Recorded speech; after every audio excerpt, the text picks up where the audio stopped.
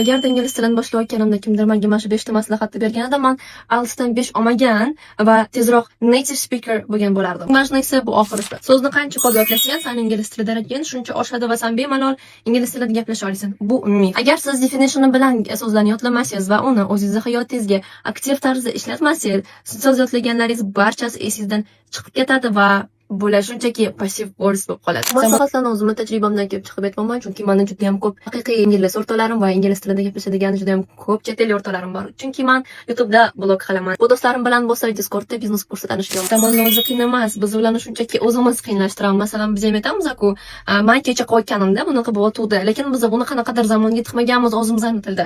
Lekin inglizlar bu ishni qilgan. Grammatikani zo'r bilish, bu ingliz tilini zo'r bilish degani emas.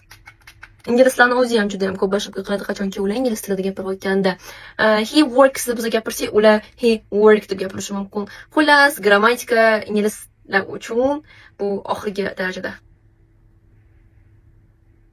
Men aksincha hisoblayman, grammatikani qancha zo'r bilsangiz, shuncha gapirayotganda chalg'ib ketasiz. Voy, qachon men bitta qaysi zamonni ishlatishim kerak edi. Har kuni ingliz tilini hayot mobaynida qo'llab borish.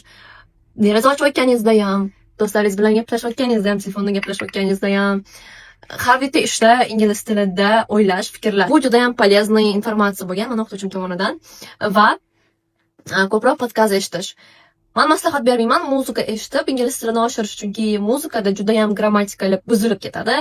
Siz ko'p qismiga tushunmay qolasiz. Eng so'nggisi bu gaplashishdan qo'rqish. Hamma ingliz tilini bir xil bosqichdan boshlaydi. Hech kim onasining qornidan o'rganib tug'ilmaydi. Boshda qiyin bo'lishi mumkin. Uyalasiz hammadan, men haqimda nima deb o'ylashar ekan, voy, men ingliz tilini bilmaydi deb o'ylashadi.